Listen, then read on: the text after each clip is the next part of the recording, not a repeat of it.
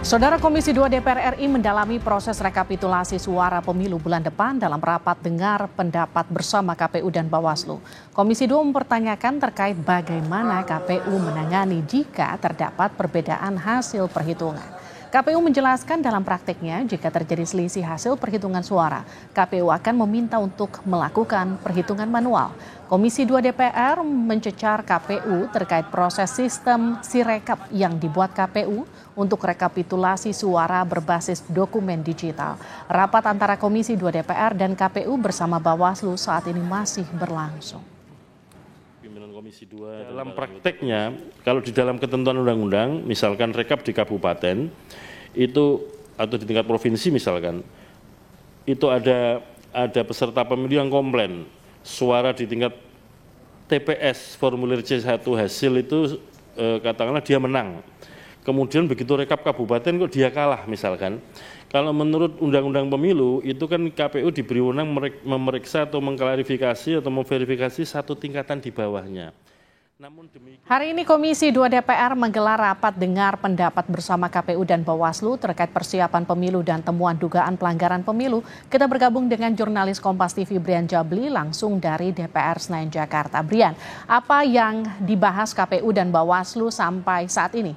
Sudah sejauh mana pembahasannya?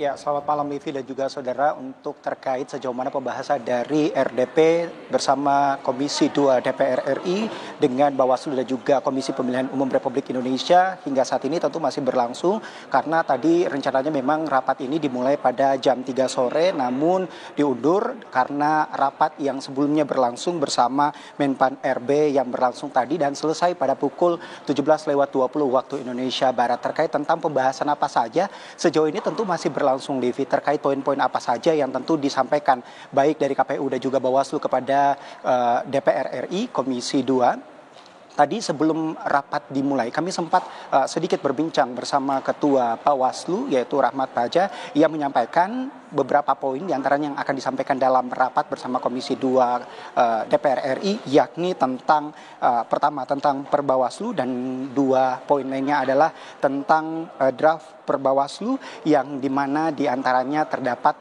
keterbatasan pengawasan TPS yang berada di luar negeri dan juga terkait beberapa pertanyaan mengenai pengawasan di tingkat mulai dari desa, kecamatan, kabupaten, kota hingga provinsi. Ini sejumlah poin-poin yang nantinya akan disampaikan oleh dari Bawaslu di dalam rapat bersama Komisi 2 DPR RI yang tentu saat ini masih berlangsung.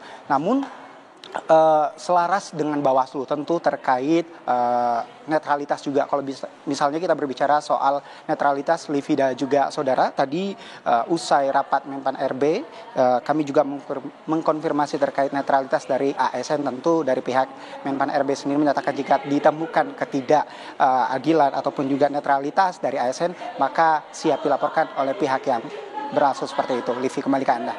Brian Jabli, laporan Anda langsung dari DPR RI Senayan Jakarta.